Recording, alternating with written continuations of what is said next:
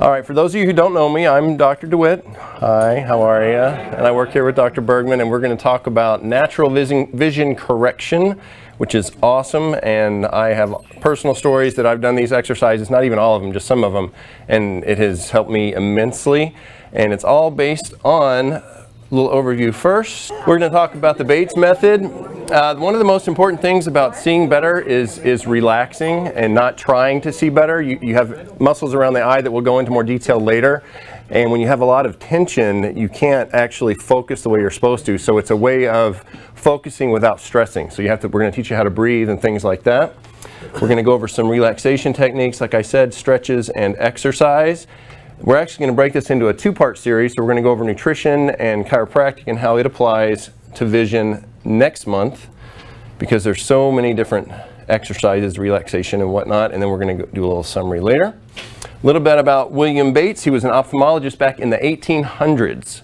This was out in New York, and revolutionary guy. People loved him. He had super happy patients. He was prescribing, glasses, contact. I don't know if they had contacts back then, but glasses, and just was trying to fix them the old school way. And for whatever reason, nobody knows, he decided, I think there's a better way.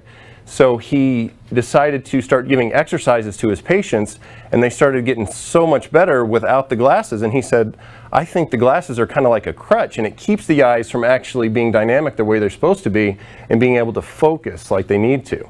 So he started doing these exercises and came out with this Bates technique.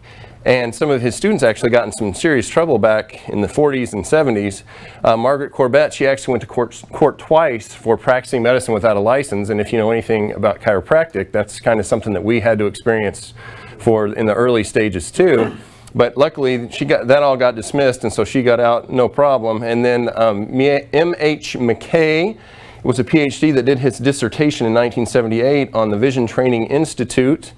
And he found some really good results, especially in older individuals, that they thought, oh, it's old age, you're not going to be able to see. I don't mean to look at you, Gary, I'm sorry. But they thought it was just old. They just thought it was old age, and that was why you would actually start to lose your vision. And he found 3 different individuals in this study, in this 2-year period, that were in their 60s that started doing really well, even with the exercises, regardless of their age. So that was really enticing and exciting. But more importantly for me, I like The Brave New World. Anybody read that book, The Brave New World? Yeah, that individual, when he was younger, for 18 months, he suffered from keratitis and was almost totally blind in one eye, and he could only see vague images in the other. And he actually was a student of Margaret Corbett's, which was interesting. And after training with her, he went on to write his own book all about vision, because he was just amazed. He said without glasses, he called them spectacles back then, but without spectacles, he could read at least twice as well as he did when he wore his glasses before, after doing these techniques. And that's just a little part of what we're going to talk about.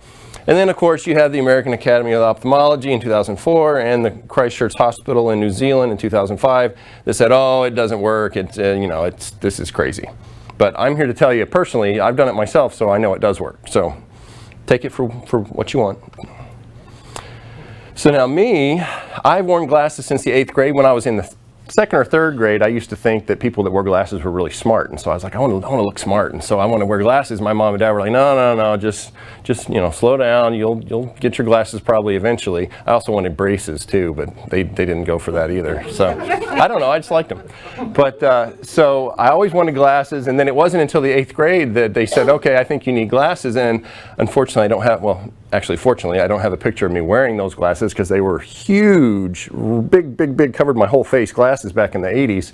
And I thought it was great, didn't think there was anything wrong with it. And I started wearing them, but then when I was playing football, I started playing football a lot in the 9th and 10th grade, and you can't really wear those glasses, and you don't want to get those goggles. It looks kind of funny. And so I wore contacts, and it was miserable, because I'm the kind of guy that always touches his face, and so I was always like touching my eyes and trying to make sure the contacts were in the right place, and I had to use the solution and all that stuff, and it was just a nightmare. So I said, there has to be a better way. And ironically, of course, once I learned these exercises, I didn't need my glasses anymore, but I wasn't playing football anymore, because it was like 2 years ago. So, what are you going to do? So here we go. Halloween's coming up, so we got a cool little eyeball picture. So we have the 6 different muscles of the eye. And the reason that we're showing you this is because and we're going to have a slide next that's going to show you exactly how vision works. So as we know, you have the lens that the light comes in through the lens, and then it focuses it on the back of the eye on the retina. And if it's good vision, then it's going to be right there on the retina, and the fovea centralis is the focal point. But if the eyeball is a different shape, if it's too long and it focuses in front of it, then you're going to be nearsighted. And if it focuses behind where the retina is because it's too tight and it's narrow like this, so it focuses it behind where the retina would be, then that's farsightedness. And so it's all about the tension. So that's like I was talking about before with tension. If you have any kind of like the oblique muscle that pulls the eye down or it pulls it out and up, then that's going to change the shape of the eyeball itself. So that's what we're focusing on with these exercises, is the actual changing the shape of the eyeball so we can make sure the retina and the screen, so to speak, that everything is focusing on is at the right distance from the lens. And this is what I was just talking about.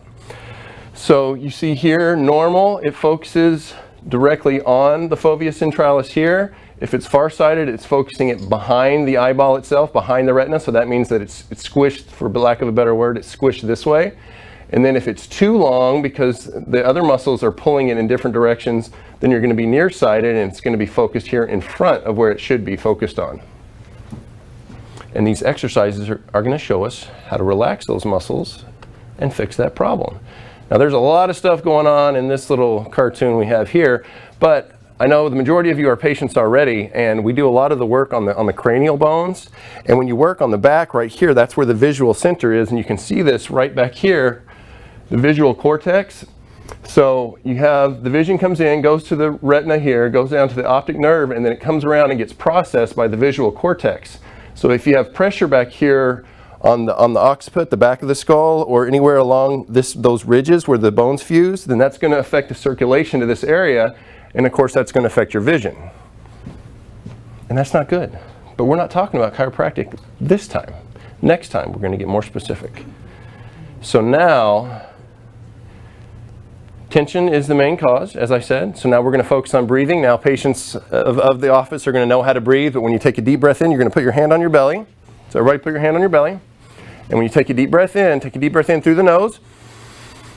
The belly should go out. Your shoulders shouldn't go up. And then out through your mouth. Okay? No yawning. So that's how we breathe as children. It's diaphragmatic breathing. So you breathe in, belly goes out. It doesn't look very good, but that's okay. Some of us show a little more than others. And then breathe out through the mouth. So it's in, belly goes out through the mouth. And if you do this for 3 or 4 minutes before you start any of these exercises, it's going to help the results immensely because you have to make sure you're nice and relaxed. Now stretches as well are also important. So what you can do is you can just tilt your head to the side like this, and you can feel the stretch on this side, and you can go the other side, and if you feel any pops or anything, that's fine. That's just pressure releasing. And then you can go back like that. And then you can also grab your hands like this in the front and just kind of go around, and don't hit anybody in front of you. You can go around in a circle like that a few times. That helps loosen up the upper extremities and the shoulders. And then you go the other direction. So the whole point of this, and you're always breathing while you're doing that, in through the nose and out through the mouth. So that helps get you nice and relaxed so that you don't want any tension in the neck when you're trying to do these exercises. And now the first one actually is called the sway. And what you do is you're focused on an object there, and you kind of lean one side and lean the other side. And you notice that when you lean this way, the objects you're looking at are going to move the opposite way. So when I lean to the left, it looks like the camera's moving to the right. And when I lean to the right, it looks like it's moving to the left. And if you hold your thumb up and do that as well, it's even more obvious, because when it's closer to your eyes, it makes it more obvious which direction it's moving. So it's counter to the direction that you're moving. And so that helps your brain to process it better. And on a more advanced note, we're going to do what we call the long swing. So you're standing here just like this, and then you turn this way, and you relax the whole time, turn this way. And we'll do a workshop next time so everybody can do this, but I'm just demonstrating, so it's amazing. And you turn this way, and you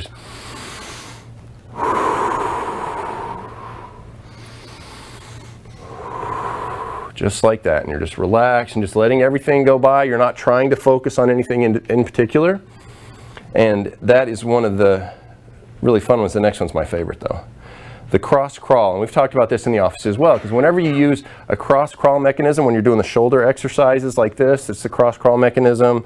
When you do the knees, you're doing the feet alternating sides, and that works on the brain and helps to stimulate it so that it's going to heal faster. So with this, you're looking straight ahead, and you can bring a hand down.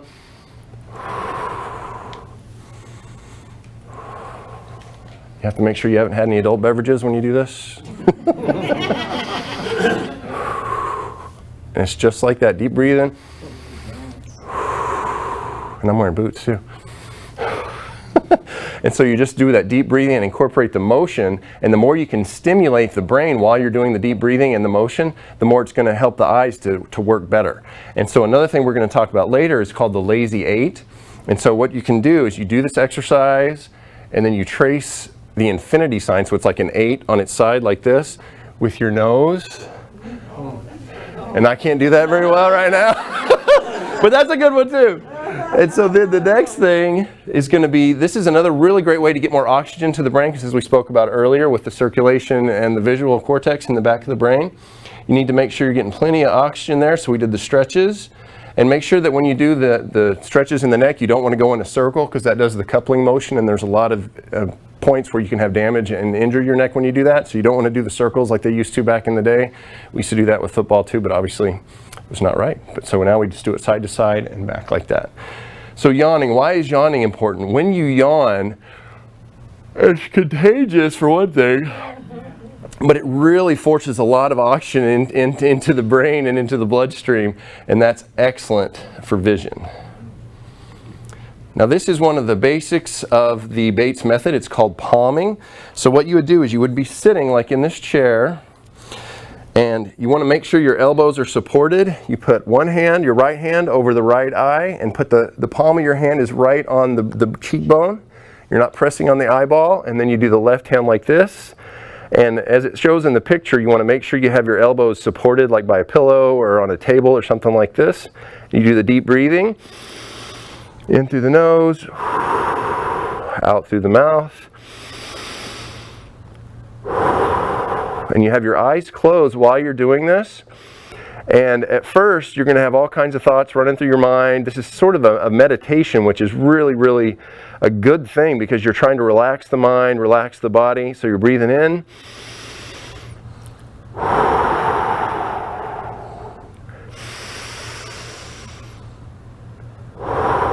Try not to hyperventilate. And you're going to see complete blackness. At first, you're going to see different colors and things like that as the rods and cones in your eyes. Those are the cells, specialized cells that pick up picture or images. So the cones do the color and the rods do the black and white. And so you just want to see all black. And if you can visualize black objects like a black piano or a black cat, anything black, doing the breathing, focusing on the black.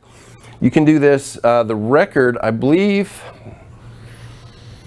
Dr. Bates had someone did this for 20 hours straight. 20 hours straight, and he had been legally blind before he did this. Did it for 20 hours and was able to see fine after that for, I think, 4 years without having to do it again. I mean, it's crazy. There's all kinds of cases like this. That's why, regardless of what all the other organized people say, oh, it doesn't work, I'm here to tell you it works. Now the next one is even better, because palming, you're focusing on the darkness. Any questions on the palming? No? Okay. You're focusing on the darkness and the total blackness with your eyes closed, nice and relaxed. But the next one is just the opposite. So this is the top secret exercise that I did, sunning. What you do with the sunning, there's a couple of different ways. You can sit there with your eyes closed and say the sun's here. They also have something called skying, where you're looking away from the sun, so in case you want to gradually work your way up. Because we are so used to wearing sunglasses that it doesn't give our eyes the ability to react and focus the way they're supposed to. Plus, when you focus on a computer monitor for a long period of time, the little ciliary muscles that bend that lens, they get really, really tired, and so it makes it harder for us to focus long distance.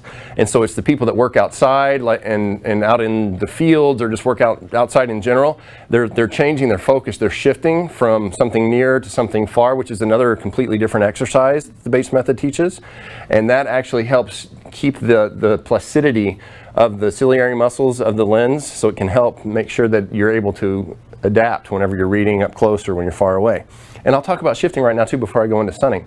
So with shifting, you know, earlier with the swing back and forth, we were doing the thumb here and going back and forth like so. What you do now, you have your thumb up, like I'm looking here, and there's a car there, and then even further is the other building. And so I can focus on the thumb at first, and then I can shift my vision and focus further away, and then I can focus even further. And you notice as you shift where you focus, everything else gets blurry. So I'm looking at my thumb here, and it's nice and clear, and then I look at the car, and it's almost like my thumb disappears. And then I look even further, and it's like everything else gets blurry too. So that's because whatever you focus on, that's what gets the clearest. And you can even take it down to a smaller level where if you have a letter, we're going to have a Snellen chart, which is all the letters, like you test your vision. When you have a big letter in front of you, you don't just focus on the whole letter, because the fovea centralis, where you focus things on the retina, is really, really small. And so you focus on different parts of that letter instead of the whole letter. So say there was a big E here, you'd focus on one little corner here, and then you shift over here, and then shift down here. And eventually you're going to be able to see clearer instead of trying to see all of it all at once, because it's always going to be, man down, we're okay. But it's always going to be a little fuzzy until you train your eyes and the muscles of your eyes to be able to relax and just take it all in without trying. And if your eyes ever get dry and you start to get a headache because you're staring at the computer screen all day, sit there and just take a minute, do the deep breathing, and blink. When you blink, your tears form a contact lens naturally over your eye, and that'll help flush out the toxins, and that helps you to relax and helps you actually to see better. I know, it's true. So back to the sunning. So sunning, you can stand with the sun right here. You're looking at the sun, and then you just turn this way, and you can feel the warmth of the sun, because that helps increase the circulation, the warmth, and you'll feel it cooler on the opposite side. So you can turn this way, and then slowly turn this way, and you're always doing the breathing.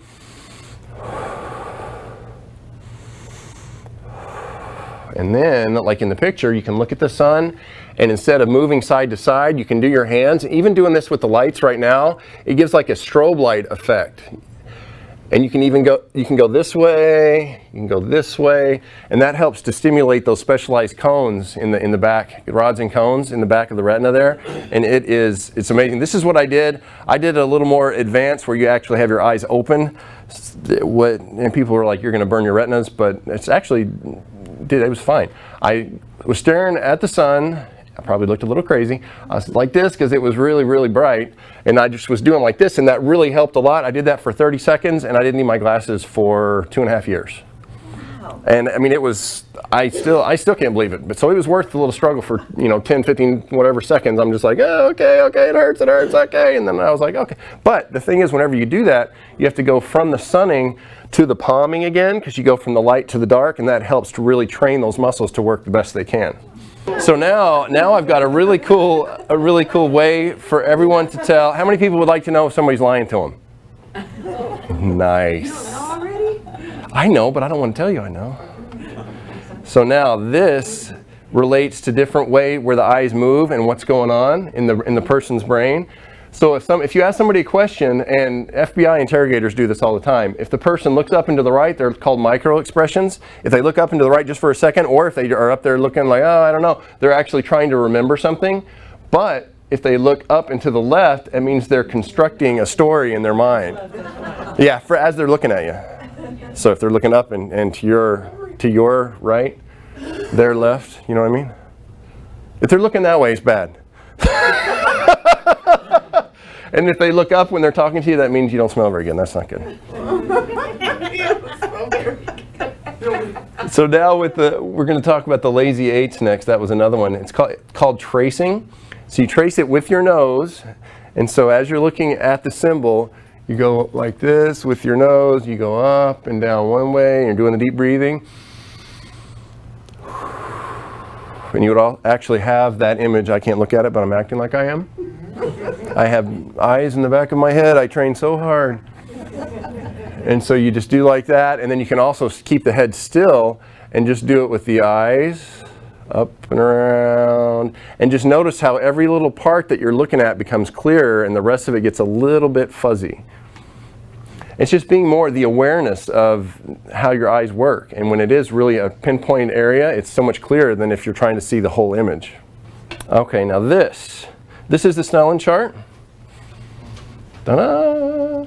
So what you would do, how far, let's see, who's brave and wants to try to read this? I'm going to get a test soon. I'd like to try it. You would like 0 and 10? What are you going to do? I need to get a test. Okay, well here, stand right here. What's your name? Maya. Maya? Dr. DeWitt, nice to see you. Shh, she's going to test. I'm getting old now, so I have to. You're not getting old? No, listen to you. Okay, now cover one eye. Oh. Yeah, we're going to see which eye. Well, this is the way you tell which eye is more dominant. Now, what's the lowest line you can read? Next to the bottom is L-E-F-G-D, F-G-T. You only missed 3. 3 out of 8. Now switch to the other side.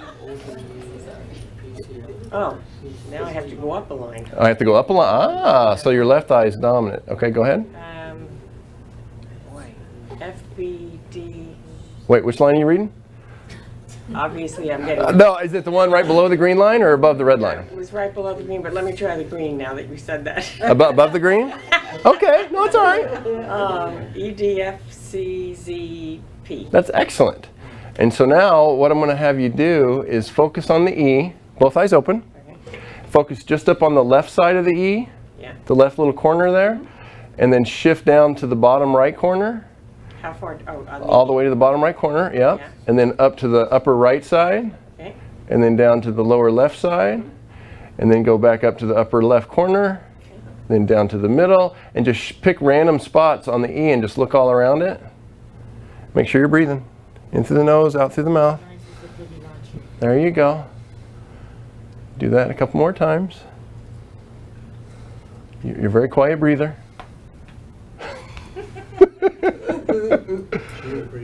She was breathing. Well, that's good. She'll pass out if she's not breathing. Okay, now you're going to close your eyes. Do the sunning for a second. The palming. Well, my hands are so bright, it's like sunning. So you're going to put your hands like this and do the deep breathing for 3 breaths.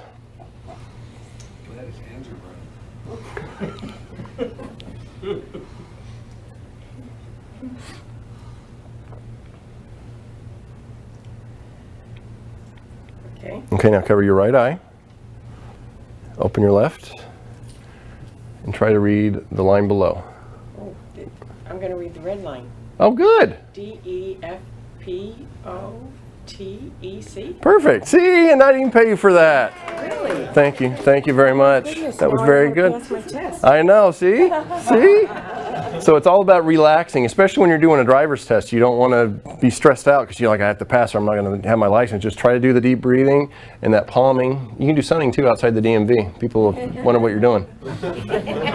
So this next one, especially if you're doing this one, they'll be like, what did that guy take? I don't know about that. I'll give you a white bird. All right, this is a really neat one too, and we're going to have this set up next week or next month. All right, this is one of the neatest things ever. You take a string, it can be 5 feet long, 6 feet long, 10 feet long, and put a bead every 6 inches, and you hold it at the level of your nose, and it literally, when you look at the very first bead, because it's based on the binocular ability of your eyes to focus, you look at the first bead, and it's kind of like this one. When you focus on your thumb, you can see the thumb really clearly, but further away is all blurry. When you look at this, it sees that, but then it looks like the string splits in 2. And then you can skip around and go to the next bead, and it looks like an X. And this is one of the freakiest things it's crazy. And you can actually feel the muscles of your eye straining to make this happen, but it's so helpful. And then if you look at the very last bead, it's going to look like an A without the little cross part. A TP. Or a TP. That works too. And that is what is so, it's just amazing because, like I said, you hold it up to your nose and you're thinking, oh, whatever, this is silly. But then when you actually do that, you're like, wow, this stuff really works. And it's kind of like the palming and the sunning, they're so simple, you're just kind of like, oh, okay, you don't but obviously, she has shown that it does work. But with the bead, it's really interesting because of the way you can focus, and you almost get like an eyeball cramp as you're trying to jump from bead to bead, and you can feel the muscles going, wait, what are you doing? I'm not used to moving like this. Because they're so used to sitting in front of a computer screen and just kind of zoning out for 8 hours. So that's really important when you're sitting at a computer. We have the neck curve exercise that you can do. I'm going to walk on over here and show people that don't have this yet, and there is a video on the YouTube channel on how to use this. And this will help take pressure off the base of the neck as well, and we'll go into the chiropractic stuff next month as well. So you just rest your arms just like this, and you do your chin up, and then straight ahead, and then you can just relax just a little. That's a little more advanced. If you just want to keep that pressure right there, you just go like this. That helps increase that curve in your spine, especially in the cervical spine there, and that's going to help get that head directly over the shoulders. And that's going to help have more relaxation in those muscles, because if you have tension on the brachial plexus that comes out of the base of the neck here, that's going to cause numbness, tingling in the shoulders and the fingers, all kinds of upper extremity problems. But that's also going to affect your vision. All right, now I also wanted to say, as a thank you, I'm not quite done yet, but as a thank you, everyone's going to get a copy of my latest book. You don't need glasses or contacts. It is available on Amazon.com right now.